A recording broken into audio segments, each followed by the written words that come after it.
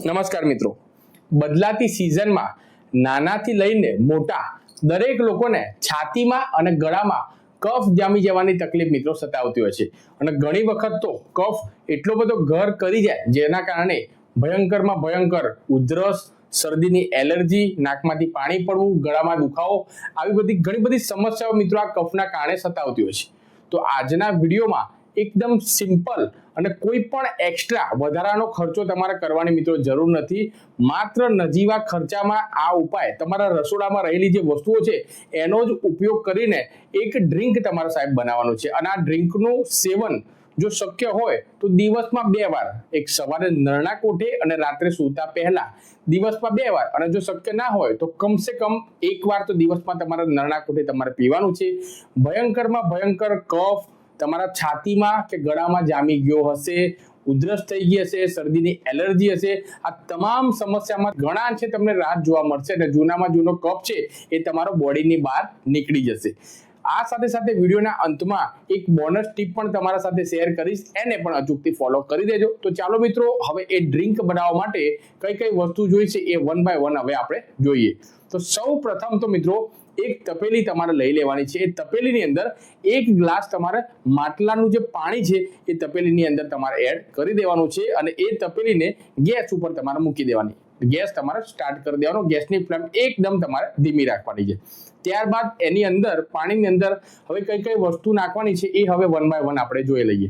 તો કોઈ પણ પાન ગલ્લાવાળાની દુકાને તમે જશો તો ત્યાં તમને નાગરવેલના જે પાન આવે છે, જે મીઠું પાન આપણે ઘણા લોકો ખાતા હોય છે, મીઠા પાનમાં જે નાગરવેલનું પાનનો યુઝ થાય છે એ નાગરવેલનું ફક્ત ને ફક્ત પાન જો તમે ગ્રામ્ય વિસ્તારમાં રહેતા હશો તો ક્યાંય ને ક્યાંય તમને જોવા મળી જ જશે, અથવા ના મળો સિટી એરિયામાં રહેતા હોય, શહેરમાં રહેતા હોય તો તમારે કોઈ પણ પાન ગલ્લાવાળાની દુકાનેથી નાગરવેલનું પાન છે 1 થી 2 નંગ તમારે લઈ આવવાના છે, 2 નંગ।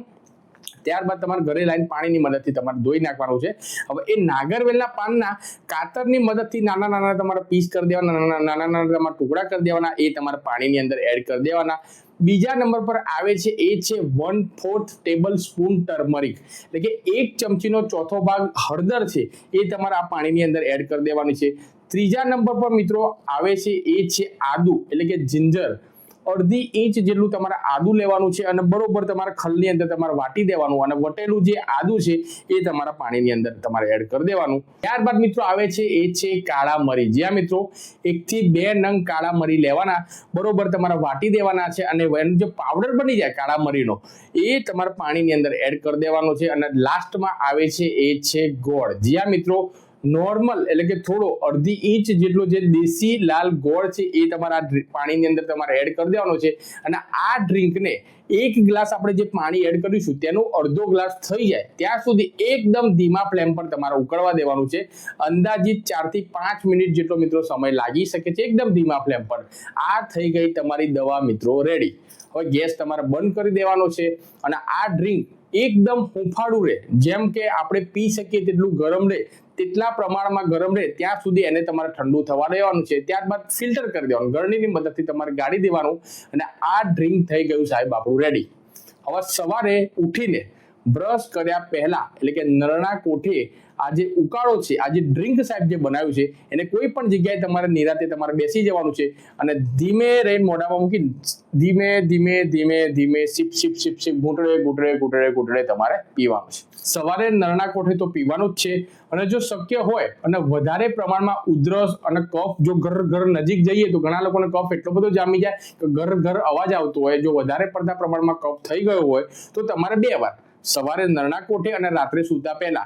એવું જો સાહેબ તમે 2 દિવસ કરો છો ને તો છાતીમાં અને ગળામાં કોઈ પણ જાતનું ઇન્ફેક્શન હોય, કફ જામી ગયો હોય, શરદીની એલર્જી હોય, ભયંકરમાં ભયંકર ઉધરસ થઈ ગઈ હોય, આ તમામ સમસ્યામાંથી મિત્રો તમને ઘણા અંશે રાહત જોવા મળશે। તો ઉપાય અચૂકથી તમે ટ્રાય કરજો। આ સાથે મિત્રો એક બોનસ ટીપ તમારા સાથે શેર કરવા માંગીશ કે આ બધી સમસ્યાઓ, આ કોમન સમસ્યાઓ શેના કારણે થાય કે જો તમારા શરીરની ઇમ્યુનિટી એટલે કે રોગ પ્રતિકારક શક્તિ ડાઉન હોય, ઓછી હોય, જેના કારણે મિત્રો આ બધી તકલીફ થતી હોય છે તો તમારી ઇમ્યુનિટીને તમારે બૂસ્ટ કરવી પડે, ઇન્ક્રીઝ કરવી પડે, વધારવી પડે। તો તેના માટે તમારે શું કરવાનું છે? તો તેના માટે સવારે ડેલી એક નિયમ તમારે બનાવી લેવાનો કે સવારે ઉઠો એવા નરણા કોઠે બ્રશ કર્યા પહેલા હુંફાળું જે પાણી છે, કોઈ પણ વસ્તુ તમારે એડ કરવાની જરૂર નથી, ફક્ત અને ફક્ત પાણી છે એને તમારે ગરમ કરવાનું છે અને હુંફાળું પીવા લાયક રહે એવું તમારા નરણા કોઠે તમારે ધીમે ધીમે પીવાનું છે. આનાથી મિત્રો તમારું બોડી છે એ ડિટોક્સ થઈ જશે, તમારું પેટ સ્વસ્થ રહેશે અને પેટ સ્વસ્થ રહેશે તો 100 પ્રકારની બીમારીઓ છે એ તમારાથી 10 ફૂટ દૂર રહેશે. તો તમારે ફક્ત અને ફક્ત સવારે ઉઠીને ગરમ પાણી જે નવશેકું છે એ પીવાનું છે. આ સાથે સાથે ગમે તેવો પણ સાહેબ જો તમારો બીજી શેડ્યુલ હોય, સવારે જો સમય ના મળે તો સાંજે અને સાંજે જો સમય ના મળે તો સવારે, ટૂંકમાં 24 કલાકમાંથી અડધો કલાક મિનિમમ, કમસે કમ અડધો કલાક, અને જો સમય હોય, ટાઈમ હોય તો 1 કલાક તમારે નિયમ બનાવી લેવાનો કે કોઈને કોઈ રીતે તમારે એક્સરસાઇઝ કરવાની છે, કસરત કરવાની છે. તમે રનિંગ કરી શકો છો, તમે વોકિંગ કરી શકો છો, તમે સ્કીપિંગ કરી શકો છો, તમે જીમમાં જઈને એક્સરસાઇઝ કરી શકો છો, ઘરે કંઈ ના થાય તો મિત્રો યોગા અભ્યાસ કરી શકો છો.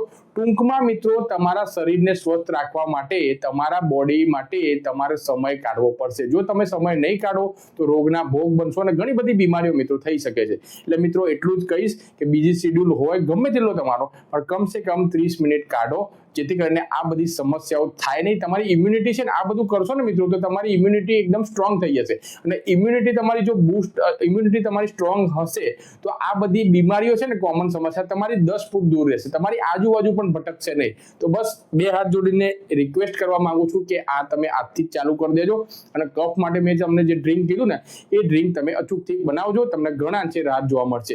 આશા રાખું છું કે મિત્રો વિડીયો તમને ખૂબ જ પસંદ આવ્યો હશે. આપ આ વિડીયો ક્યાંથી જોઈ રહ્યા છો નીચે કોમેન્ટમાં મને જરૂરથી જણાવજો અને બીજા આવા વિડીયો જોવા માટે આપણી આ ચેનલને જરૂરથી સબસ્ક્રાઇબ કરવાનું ભૂલતા નહીં. સ્વસ્થ રહો, મસ્ત રહો, તંદુરસ્ત રહો એવી જ મારી ભગવાનની પ્રાર્થના. થેન્ક યુ મિત્રો. જય Hind. Have a nice day.